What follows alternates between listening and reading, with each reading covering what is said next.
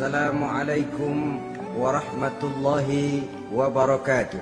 Waalaikumsalam warahmatullahi wabarakatuh.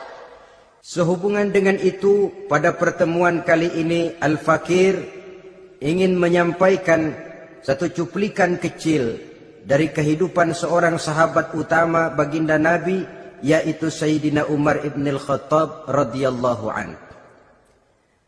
Beliau adalah Umar bin Khattab bin Nufail bin Abdul Uzza dari suku Quraisy golongan Bani Adi.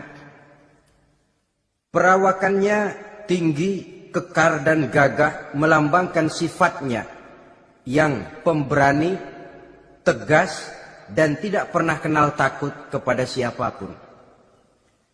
Sebelum mendapat hidayah, Umar bin Khattab termasuk orang yang berdiri di barisan orang-orang yang memusuhi umat Islam. Ia terperangkap dalam tradisi jahiliyah, di mana gemar berperang dan bermabuk-mabukan juga merupakan hal-hal yang pernah dilaksanakan dalam kehidupannya sebelum beliau masuk ke dalam agama Islam. Oleh karena itu, dalam kehidupan beragama, hidayah merupakan sesuatu yang penting. Bagaimanapun banyaknya dosa dan kesalahan yang telah dilakukan oleh seseorang, tidak seharusnya menyebabkan ia putus asa dari rahmah Allah. Sebaliknya, bagaimanapun banyak kebajikan dan kebaikan yang sudah dikerjakannya, tidak perlu membuat dia besar hati, puas, bangga, apalagi menjadi lalai karenanya. Sebab kita belum tahu akan bagaimana ujung perjalanan dari kehidupan kita ini. Saudara-saudara, kisahnya pun masuk Islam merupakan peristiwa yang menarik. Pada satu hari, dengan pedang terhunus, Umar bin Khattab menuju Darul Arqam, tempat di mana baginda Nabi biasa berkumpul dengan para sahabat. Melihat mukanya yang beringas, matanya yang nanar, orang sudah menyangka dan mengerti ini tentu akan terjadi pembunuhan. Dalam perjalanan menuju Darul Arqam, Umar bertemu dengan Nuaim bin Abdullah. Nuaim bertanya, "Ya Umar, mau kemana ente?" "Mau membunuh itu, si murtad itu."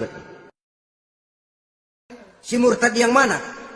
"Yang mana lagi?" "Itu yang memecah belah kita, yang menghina berhala-berhala kita, yang menjelek-jelekkan nenek moyang dan keturunan kita.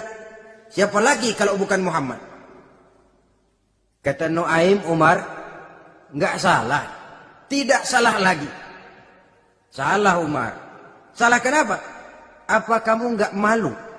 Kamu mau pergi membunuh Muhammad, sementara adikmu sendiri Fatimah, dia sudah termasuk salah seorang pengikut Muhammad." Mendengar ini, muka yang memang tadinya sudah marah dan merah, tambah jadi kelabu. Bukan main mangkalnya Umar bin Khattab. Orang lain dia musuhi, orang lain dia kejar-kejar. Ini malah adiknya sendiri menjadi pengikut dari baginda Nabi. Tidak jadi menuju Darul Arqam, dia berangkat ke rumah adiknya Fatimah.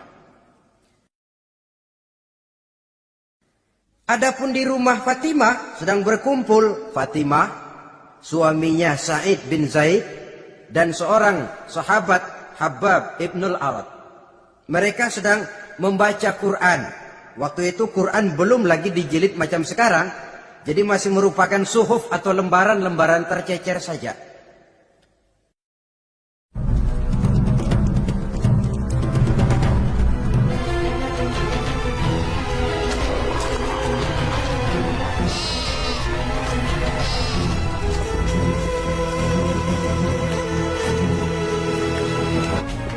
Pintu. Ya tentu tidak assalamualaikum karena dia belum Islam. Tok tok tok. "Siapa di luar?" "Umar." Mendengar suaranya saja, ini sahabat yang namanya Habab ibnul Arad sudah lari ke belakang pintu. Sambil komat kamit baca doa mohon diselamatkan oleh Allah. Adapun Fatimah yang sedang memegang suhuf, lembaran tulisan Quran itu, menyembunyikan suhuf itu di belakang bajunya. Umar masuk. Fatimah, saya bang. Apa benar berita yang saya dengar? Berita apa itu bang? Bahwa kau sudah masuk Islam. Bang, andai kata Muhammad memang benar, bagaimana? Sudahlah, jangan belit-belit. Jawab saja, kau masuk Islam benar atau tidak? Ya. Saudara hadirin, begitu dikatakan iya, tangannya langsung melayang, menampar muka adiknya ini, sehingga mengalir darah dari hidungnya. Suaminya, Said bin Zaid, yang mencoba melindungi istrinya, dipegang lehernya, dibanting, diduduki dadanya. Namun pada saat sedemikian, suara kebenaran terpantul dari mulut Fatimah, adik dari Umar bin Khattab ini. Umar, apakah engkau memukul orang yang bersaksi bahwa tidak ada Tuhan melainkan Allah dan Muhammad Rasulullah? Apakah engkau menganiaya seseorang yang terpanggil untuk mengikuti kebenaran? Manusia macam apa engkau, Umar? Saudara, memang dia orang keras, tapi hatinya mudah menerima kebenaran. Sehingga mendengar kalimat adiknya ini tercenung dia sejenak. Melongok, bengong kata anak sekarang. Ini kalau tidak karena keyakinan yang mantap, tidak mungkin orang ini, anak adik saya ini bicara macam begini. Umar, mengapa engkau memukul orang yang bersaksi bahwa tidak ada Tuhan melainkan Allah dan Muhammad Rasulullah? Mengapa engkau pukul orang yang mengikuti kebenaran, menerima hidayah dari Allah? Begitu yakin dan mantapnya, walaupun di tengah satu hal yang sangat menakutkan. Siapa yang tidak takut orang Quraisy berhadapan dengan Umar bin Khattab yang dikenal sebagai singa padang pasir pada waktu itu? Saudara-saudara, mendengar adiknya begitu mantap hatinya, apalagi ketika adiknya berkata begitu, suhuf lembaran yang disembunyikan di belakang bajunya tersembul. Apa yang kau sembunyikan di balik bajumu itu? Suhuf. Apa suhuf itu? Lembaran Al-Quran. Coba saya lihat. Enggak boleh. Kenapa?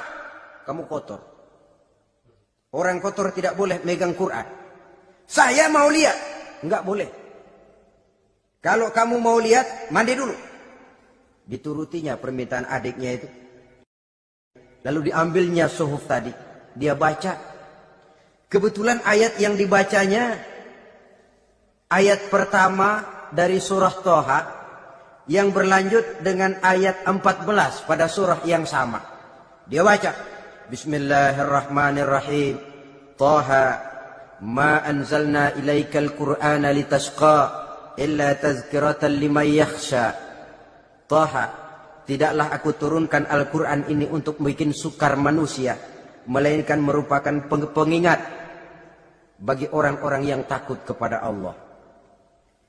Lalu pada ayat ke-14, Innani anallahu la ilaha illa ana fa'budni. Sesungguhnya akulah Allah, tidak ada Tuhan melainkan aku, maka hendaknya hanya kepadakulah kamu menyembah. Wa aqimis sholata li dzikri, dirikanlah salat untuk mengingat aku.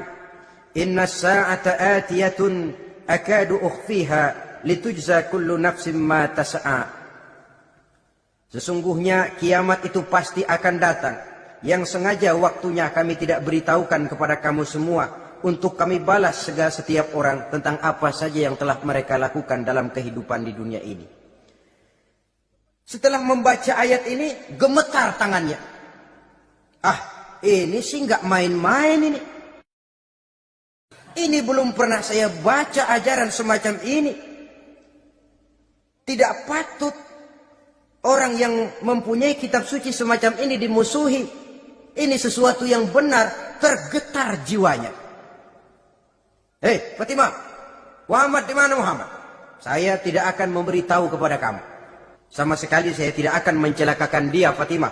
Kasih tahu saja, di mana dia? Darul Arqam. Bergegas dia menuju Darul Arqam. Di dalam Nabi memang sedang kumpul dengan para sahabat. Termasuk ada Sayyidina Hamzah yang juga terkenal jawara juga. Ketuk pintu. Ketuk pintu. Siapa di luar? Umar. Di dalam ini geger sebagian sahabat. Umar datang ini pasti bencana. عمر بن الخطاب جاء متوشحا بسيفه. ما لكم قد وجلتم؟ Tapi baginda Nabi menenangkan mereka. Tenang. Mudah-mudahan ada hikmahnya. Sayyidina Hamzah tampil. Bukakan dia pintu. Kalau niatnya baik, kita terima. Kalau niatnya tidak baik, saya paling depan. Dibukakan pintu. Begitu dibukakan pintu, Umar masuk merangkul baginda Nabi. Kemudian dengan tersendat, Asyhadu an la ilaha illallah wa asyhadu annaka ya Muhammad Rasulullah. Saya bersaksi tidak ada Tuhan melainkan Allah. Dan saya bersaksi bahwa engkau hai Muhammad adalah utusan Allah. Sahabat takbir semua. Allahu Akbar, Allahu Akbar. Kegembiraan meliputi suasana ketika itu. Kenapa? Karena sebelumnya dikala Umar belum masuk Islam, dia merupakan ganjalan yang paling dikhawatirkan oleh umat Islam. Setelah dia masuk Islam, jelas merupakan satu keuntungan yang sangat besar. Dan dia tertarik kepada Islam bukan karena bujuk rayu orang. Tidak karena diberikan harta, tidak karena diiming-iming oleh kedudukan tinggi. Tapi karena kebenaran, hidayah menembus hatinya melalui wasilah ayat dalam surah Thaha yang dibacanya melalui suhuf yang dipegang oleh adiknya tadi. Sejak saat itu berubah 180 derajat Umar bin Khattab radhiyallahu anhu. Tetapi tetap dengan sifatnya keras, tegas, dan tidak pernah kenal takut kepada siapapun. Cuma kalau sebelum Islam, dia kerasnya kepada Islam. Setelah dia masuk Islam, muter arah. Kepada siapapun yang memusuhi Islam, dia bersikap keras, tegas, dan tidak pernah kenal takut. Nah, saudara-saudara, inilah cuplikan kecil dari kehidupan seorang agung dan besar yang memang sangat terbatas kata-kata untuk melukiskan kebesaran itu. Namun yang secuplik ini mudah-mudahan menjadi sumbangan moral dalam rangka kita memperbaiki diri menuju kehidupan yang lebih baik. Terima kasih banyak atas segala perhatian. Mohon maaf atas segala kekurangan. Usikum wa nafsi bitaqwallah. Wassalamualaikum warahmatullahi wabarakatuh. Waalaikumsalam warahmatullahi wabarakatuh.